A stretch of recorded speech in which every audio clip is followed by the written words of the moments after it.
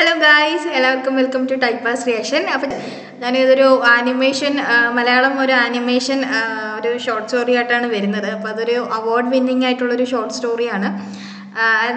സാധാരണ നമ്മുടെ നാട്ടിലൊക്കെ ഉള്ള ഒരു കഥകളൊക്കെ വെച്ചിട്ട് ഉണ്ടാക്കിയ ഒരു ഷോർട്ട് സ്റ്റോറിയാണ്. അത് നമ്മുടെ യൂട്യൂബിലുണ്ട്. ഞാനതിൻ്റെ ഇൻസ്റ്റയിൽ കണ്ടിട്ടാണ് വരുന്നത്. അതായത് സാധാരണ ഞാൻ K-pop സോങ്ങൊക്കെ റിയാക്ഷൻ ചെയ്തിട്ട് എനിക്ക് കുറേ പേര് പേഴ്സണലി മെസ്സേജിട്ട് പറഞ്ഞു, ശരിക്കും പറഞ്ഞാൽ ഞങ്ങൾക്കൊന്നും മനസ്സിലാവുന്നില്ല. കാരണം ഞാൻ മലയാളത്തിലാണല്ലോ റിവ്യൂ കൊടുക്കുന്നത്. അപ്പോൾ മലയാളി ഓഡിയൻസിന് അത് മനസ്സിലാവുന്നില്ല എന്ന് എന്നോട് പറഞ്ഞു. അപ്പോൾ ഞാൻ വിചാരിച്ചു അപ്പോൾ എനിക്കൊരു എന്താ ചെയ്യേണ്ടത് എന്നൊരു പിടുത്തമില്ല. അപ്പോൾ പേഴ്സണലി ആൾക്കാർ മെസ്സേജിട്ട് പറയുന്നുണ്ട് എനിക്ക് മനസ്സിലാവുന്നില്ല, അതുകൊണ്ട് ഞാൻ അധികം കാണാറില്ല.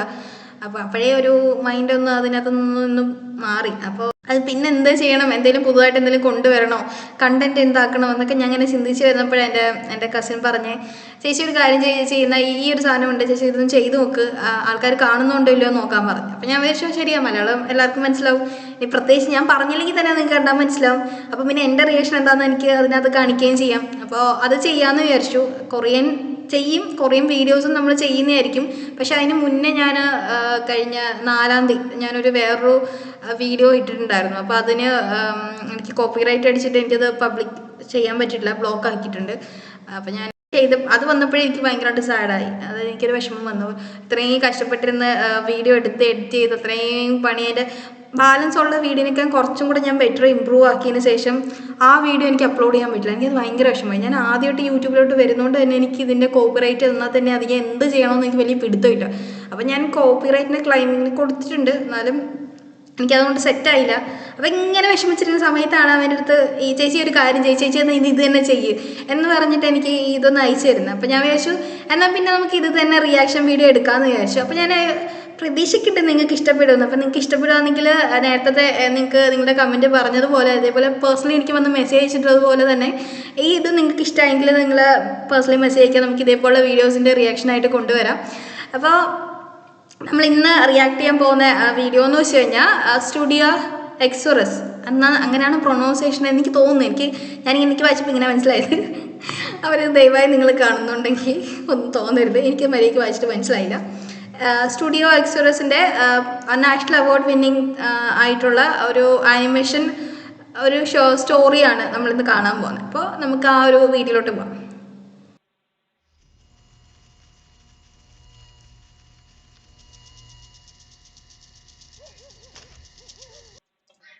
ഇന്നാവും എനിക്ക് ഒരു മനുഷ്യന്റെ വിഷയം. അതിന് മീശയുണ്ട്, മുണ്ട് കൊടുത്തിട്ടുണ്ട്, മസിലുണ്ട്, നെഞ്ചൊക്കെ ഉണ്ട് കൈ, ചെസ്റ്റൊക്കെ ഉണ്ട് കൈ. എൻ്റെ അച്ഛൻ്റെ പേര് പാഴുമഠത്തിൽ നാരായണ പണിക്കർ കേശവ പണിക്കർ. അച്ഛൻ ഇപ്പോ 89 വയസ്സായി. അച്ഛനൊരു ജോളി ഗുഡ് ഫെലോ.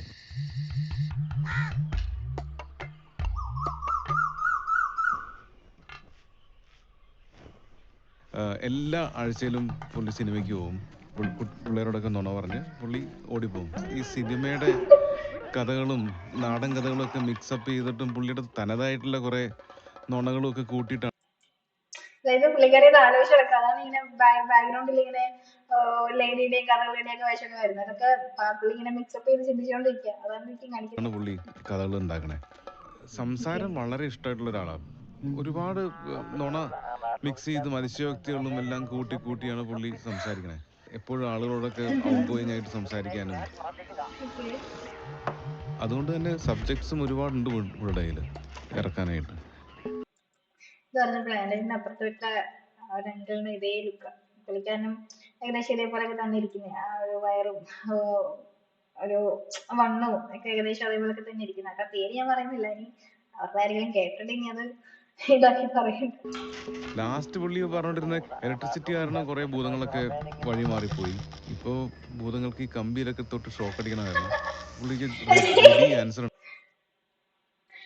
ഇത് പറഞ്ഞപ്പോഴാ ഇത് ഞാനും പണ്ട് വിശ്വസിച്ചിട്ടുണ്ടായിരുന്നു. കാരണം എന്ന് വെച്ച് കഴിഞ്ഞാൽ എന്റെ അപ്പനൊക്കെ പറയായിരുന്നു പണ്ട് ഈ ലൈറ്റും വെട്ടമൊക്കെ വന്നു കഴിഞ്ഞാൽ അതേപോലെ കറണ്ടൊക്കെ കണ്ടു കഴിഞ്ഞാൽ പ്രേതത്തിന് പേടിയാ, കറണ്ടൊക്കെ പേടിയാന്നുള്ളത്. പക്ഷെ നമ്മള് പിന്നെ മനസ്സിലായി കുറെ നാള് കഴിഞ്ഞപ്പോ ഓരോ സിനിമയിലൊക്കെ ഇങ്ങനെയല്ല, പ്രേതത്തിന് ഇതൊന്നും പേടിയില്ല, പ്രേതം ഇങ്ങനെയും വരുമെന്ന് മനസ്സിലായി. അതായത് ഒരു മഞ്ജുവാര്യന്റെ ഒരു മൂവിയുണ്ട്, എന്താ ഫോണിനകത്ത് വരുന്നേ.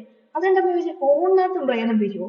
ഇതൊക്കെ കണ്ട് സത്യമെന്ന് വിശ്വസിച്ചിട്ട് ആ സമയത്ത് സത്യം പറഞ്ഞാൽ മൊത്തത്തിൽ പൊട്ടിയായിട്ടിരുന്നു ഞാൻ.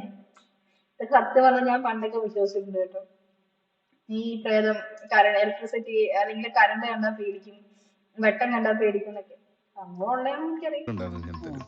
ഇതാണ് എൻ്റെ ജസ്റ്റിഫിക്കേഷൻ.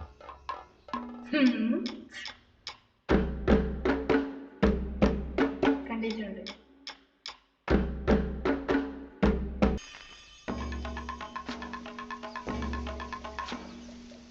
ഈരാൻ ബേച്ചി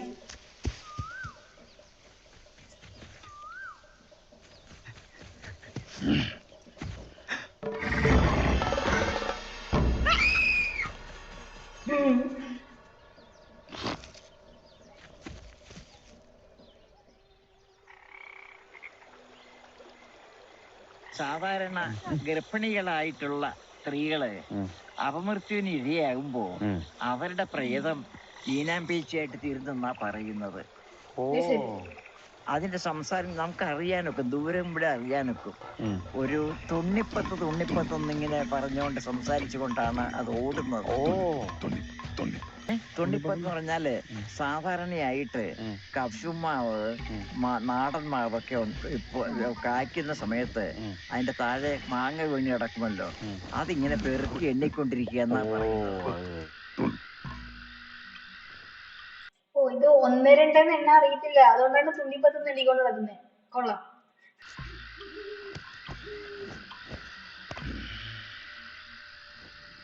പക്ഷെ ഒരു കാര്യത്തിൽ എനിക്ക് ഒബ്ജക്ഷൻ ഉണ്ട് കേട്ടോ, അതായത് പെണ്ണുങ്ങൾ അപമൃത്യുവിന് ഇരയതിനു ശേഷമാണ് ഈ ഈനാമ്പേശിയായിട്ട് വരുന്ന പറഞ്ഞത്. പക്ഷെ ഇവിടെ ഈനാമ്പേശി ഒരു മെയിലായിട്ടാണ് കാണിക്കുന്നത്. അല്ലെങ്കിൽ ഒരു വെള്ള സാരിയൊക്കെ കൊടുത്തൊരു പെണ്ണ് ഒരു ഈ സാധനം സഞ്ചിയൊക്കെ തൂക്കിക്കൊണ്ട് പോകുന്നൊക്കെ കാണിക്കായിരുന്നു.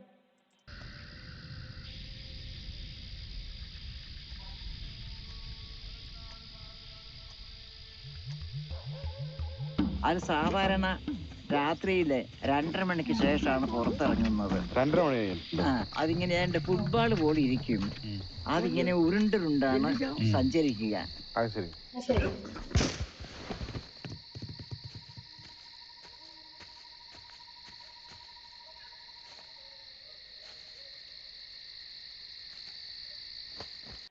എനിക്ക് ഈ ഒരു വിഷയം കാണുമ്പോഴേ പണ്ട് കളിക്കുടുക്കകത്തൊക്കെ ഡ്രോയിങ് ഇല്ലേ, അതേപോലെ ഏകദേശം അങ്ങനെയൊക്കെ തോന്നും. കളിക്കുടുക്കയില് നമ്മൾ കാണുന്ന അതേ ടൈപ്പ് ഒക്കെ ഡ്രോയിങ്സ്.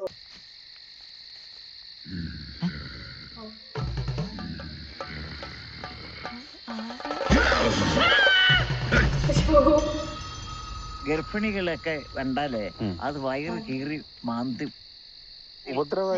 ഉപദ്രവകാരിയാത്. ഈ ഗർഭിണികൾക്ക് മാങ്ങ വലിയ ഇഷ്ടമാണ്. അതുകൊണ്ട് ഇങ്ങനെ കൂട്ടി വെച്ചിരിക്കുന്നത് കാണാം. ശരിയാ, ചുമ്മാ അല്ല പച്ചമാങ്ങ. ആണുങ്ങളെ കണ്ട പേടിയാണ്. ആണുങ്ങളെ കണ്ട പേടിയാണ്, ആണുങ്ങളെ വിളിക്കുമ്പോ പേടിയാണ്.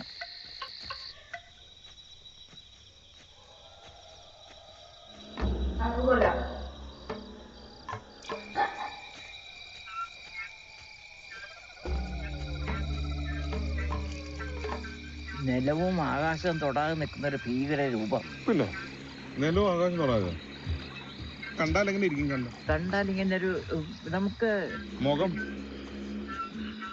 കൃത്യമായി മുഖം ലക്ഷണം അറിയില്ല. അവിടെ തലയും ഉടലുകളും ഒക്കെ ഉണ്ടെന്ന് മാത്രമേ തോന്നുകയുള്ളൂ. അത് നമ്മളെ അനുഗമിക്കുമ്പോ അറിയാം, നമ്മുടെ പുറകിൽ എന്തോ ശബ്ദം മാത്രം കേൾക്കാൻ പറ്റും. അതിങ്ങനെ നമ്മൾ തിരിഞ്ഞു നോക്കുകയാണെങ്കിൽ ഇതിനെ ഒരു ഭീമാകാരമായിട്ടുള്ള ഈ ജന്തുവിനെ കാണാം. പറയപ്പെടുന്നത് ആണുങ്ങള് അപമൃത്യുവിന് ഇടയായാൽ അവരിങ്ങനെ അർവലയായിട്ട് തീരുമെന്നാ പറയണത്.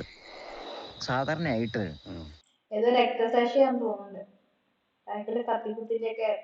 പുറകുകളുടെ ശബ്ദം കേൾക്കുകയാണെങ്കിൽ തിരിഞ്ഞു നോക്കാതിരിക്കുക.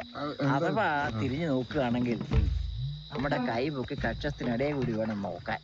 ഇങ്ങോട്ടെങ്ങാനും അടുത്ത് പോയാൽ ഞാൻ കൈയുടെ കക്ഷത്തിൽ വെച്ച് ഇറക്കിക്കളയുമെന്ന് ഒരു തോന്നലുണ്ടാവും. അറിവ് നമ്മുടെ പുറകെ വരില്ല.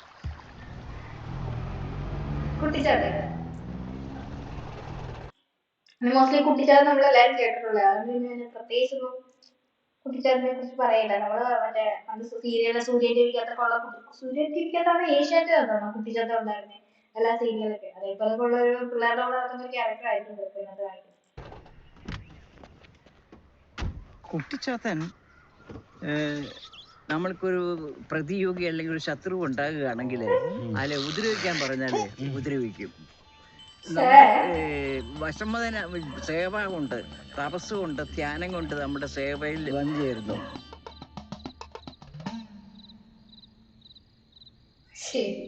അപ്പോൾ നമ്മൾ എന്ത് പറഞ്ഞു?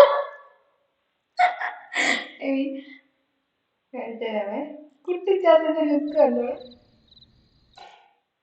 കുട്ടിച്ചാത്തൻ കോണാനൊക്കെ ഇട്ട കുട്ടിച്ചാത്തൻ. സാധാരണ കുട്ടിച്ചാത്തനെ ഞാൻ കണ്ടിട്ടുള്ള മറ്റേ മായാവിക്കകത്ത് നിക്കറിട്ട കുട്ടിച്ചാത്തൻ. പിന്നെ അവസാനം അത് ഡ്രസ്സായി, ഉടുപ്പായിട്ട് മാറി. ഇതേമാതിരി ചീട്ട് കളിക്കാനായിട്ട് മറ്റേ നമ്മള് ഒരു സാധനം ഇങ്ങനെ തൂക്കത്തില്ലയോ, അതൊക്കെ തൂക്കി നടന്ന് കോണാനും ഇട്ട് കിടക്കുന്ന കുട്ടിച്ചാത്തൻ പോലെ. അപ്പോൾ നമ്മൾ എന്ത് പറഞ്ഞാലും ഉണ്ടല്ലോ, ഒരു ദാസനെ പോലെ പ്രവർത്തിക്കും, നമ്മളെ ആശ്രയിച്ച് ജീവിക്കും.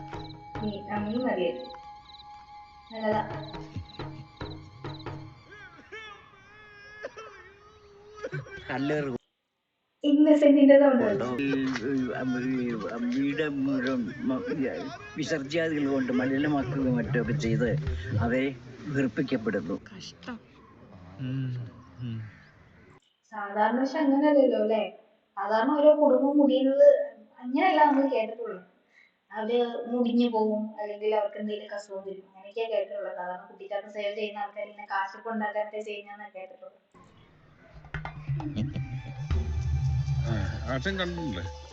നേരിൽ കണ്ടവരാരും ഇല്ല. ഞാൻ വിഗ്രഹം മാത്രമേ കണ്ടിട്ടുള്ളൂ.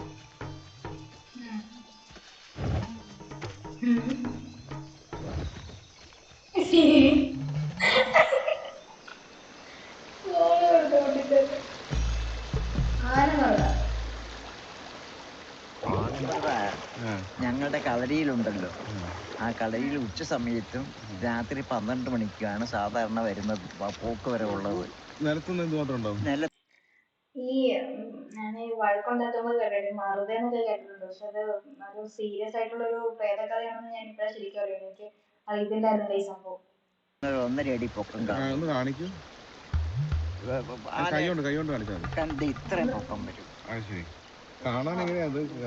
കാണാനെന്ന് പറഞ്ഞാൽ ഒരു കുട്ടിയാനിയെ പോലെ തന്നെ ഇരിക്കും. കയ്യില് ചങ്ങല കയ്യിൽ തൂക്കിയിട്ടിരിക്കും. അതിങ്ങനെ ചങ്ങലയും കിലുക്കിക്കൊണ്ട് ആനയെ പോലെ തന്നെ കുണുങ്ങി കുണുങ്ങി നടക്കും. ഇത് കണ്ടിട്ട് നിങ്ങൾക്ക് കുട്ടിയാനെ പോലെ തോന്നുന്നുണ്ടോ? എനിക്കിത് കണ്ടിട്ട് ആമയുടെ ഫേസിന് എന്തോ മാറ്റം വന്നിട്ട് ചെറിയ തുമ്പിക്കൈയോ മീനെന്തോ പിടിച്ച് മെയ്യാൻ എനിക്ക് തോന്നിയത്. എനിക്ക് കുട്ടിയാനെ പോലെ തോന്നി. അതിന്റെ വാല് പന്തം കെട്ടി വെച്ചിരിക്കുന്നു. പന്തം തന്നെ. എനിക്ക് കുട്ടിയാനെ പോലെ തോന്നി. രക്ഷോടാ നമുക്ക് എന്താ മാർഗം? അതിനെ കണ്ടു കഴിഞ്ഞാലേ യാതൊന്നും നമ്മൾ അത് തന്നെ പൊക്കോളും. അത് തന്നെ അപ്രത്യക്ഷമാകുക ചെയ്യുക. ആ മനുഷ്യരൊക്കെ ശബ്ദം കേൾക്കുമ്പോഴോ മനുഷ്യരെ കാണുമ്പോഴോ ഓടുന്നെന്നാ പറയാറ്.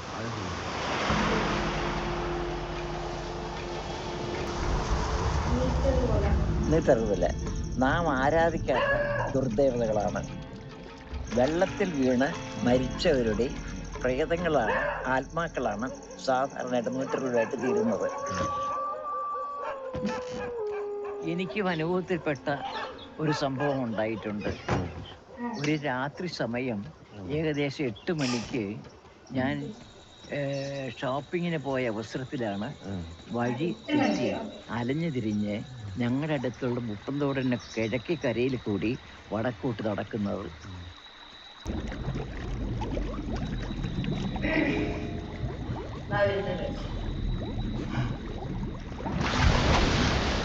ആരുമില്ലാത്ത അവസ്ഥയിൽ വെള്ളം കാണുമ്പോൾ നമ്മളെ വെള്ളത്തിൽ മുക്കി കൊല്ലുക എന്നുള്ളതാണ് ഇവരുടെ പതിവ്.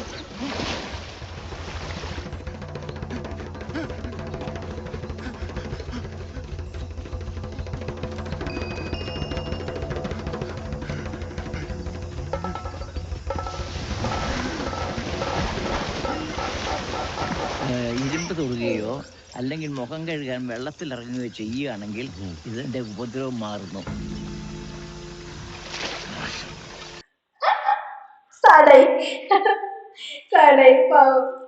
കഴുകാൻ വെള്ളത്തിൽ ഇറങ്ങുകയോ ചെയ്യുകയാണെങ്കിൽ ഇതിന്റെ ഉപദ്രവം മാറുന്നു.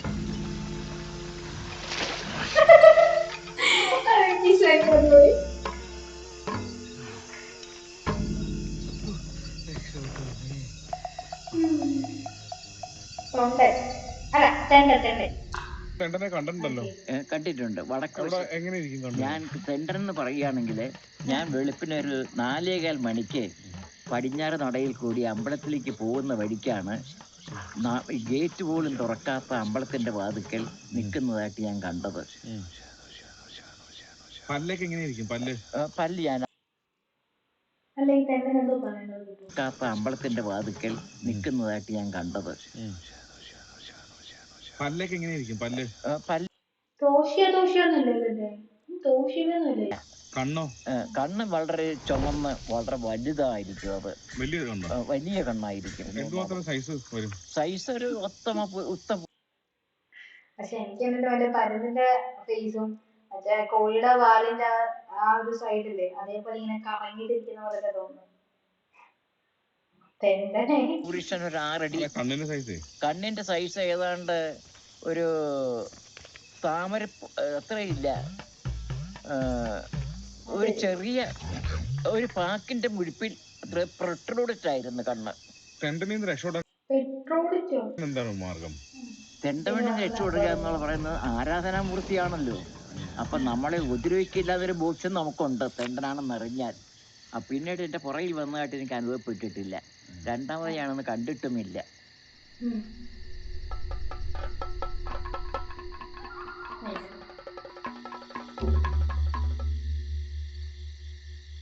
ഇത് മറ്റേ ചാത്തനില്ലേ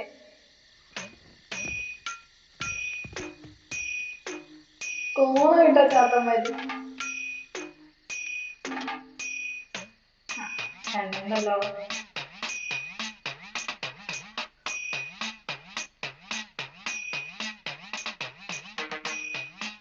കച്ചേരി ഗൈസ് അവരെല്ലാരും കൂടെ ഒത്തുചേരും കച്ചേരി ഉണ്ടാക്കാൻ പോകും. ഉണ്ടായിരുന്നല്ലോ.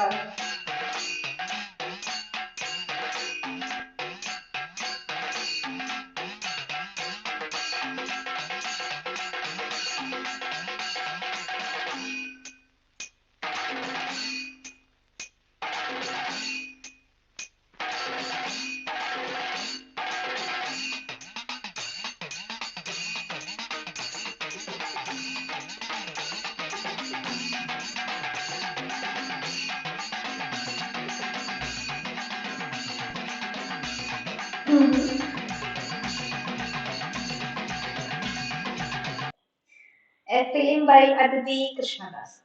നല്ല അടിപൊളിയായിട്ടുണ്ട്. ഇതൊരു നാഷണൽ ഫിലിം പോലെ ഒരു ആനിമേഷൻ മൂവിയാണ്. ഞാൻ ശരിക്കും ഇൻസ്റ്റയിൽ കണ്ടതാണ്. ഹായ് ഗൈസ്, അപ്പോൾ അത്രയേ ഉള്ളൂ. അപ്പോൾ ഞാൻ പ്രതീക്ഷിക്കുന്നു നിങ്ങൾക്ക് ഈ വീഡിയോ ഇഷ്ടമായിരുന്നു. അപ്പോൾ നിങ്ങൾക്ക് ഇതേപോലെ വീഡിയോസ് ഇഷ്ടമായെങ്കിൽ പേഴ്സണലി വന്ന് മെസ്സേജ് അയക്കുക, അല്ലെങ്കിൽ കമൻറ്റ് ബോക്സിൽ പറയുക നിങ്ങൾക്ക് ഈ ടൈപ്പ് വീഡിയോസ് മതിയെന്ന് പറയുക. കാരണം നിങ്ങൾ അധികം ബോറടിപ്പിക്കാൻ എനിക്കും താല്പര്യമില്ല. കാരണം എൻ്റെ വീഡിയോസ് കണ്ട ആൾക്കാർക്ക് ആർക്കും വിഷമിച്ചിട്ട് പോകരുതെന്ന് എനിക്ക് നിർബന്ധമുണ്ട്. റിയാക്ഷൻ വീഡിയോ ഇഷ്ടമായിട്ടുണ്ടെങ്കിൽ ആ ജെന്യൂൻ ആയിട്ടുള്ള റിപ്ലൈ എനിക്ക് ഒന്നി കമൻറ്റായിട്ട് അറിയിക്കുക, അല്ലെങ്കിൽ നിങ്ങൾക്ക് എനിക്ക് പേഴ്സണലി എനിക്ക് ഇൻസ്റ്റാഗ്രാമിൽ ഫോളോ ചെയ്തിട്ട് നിങ്ങൾക്ക് എന്നെ ഇൻസ്റ്റാഗ്രാമിൽ അറിയിക്കാവുന്നതാണ്. നിങ്ങൾക്ക് ഇഷ്ടമുണ്ടെങ്കിൽ എൻ്റെ ചാനൽ ലൈക്ക് ചെയ്യുക, സബ്സ്ക്രൈബ് ചെയ്യുക. നമ്മൾ ഇതേപോലെ പുതിയ വീഡിയോ ആയിട്ട് നമ്മൾ വരുന്നതായിരിക്കും. അതുവരെ എല്ലാവർക്കും സൈൻ ചെയ്യാം.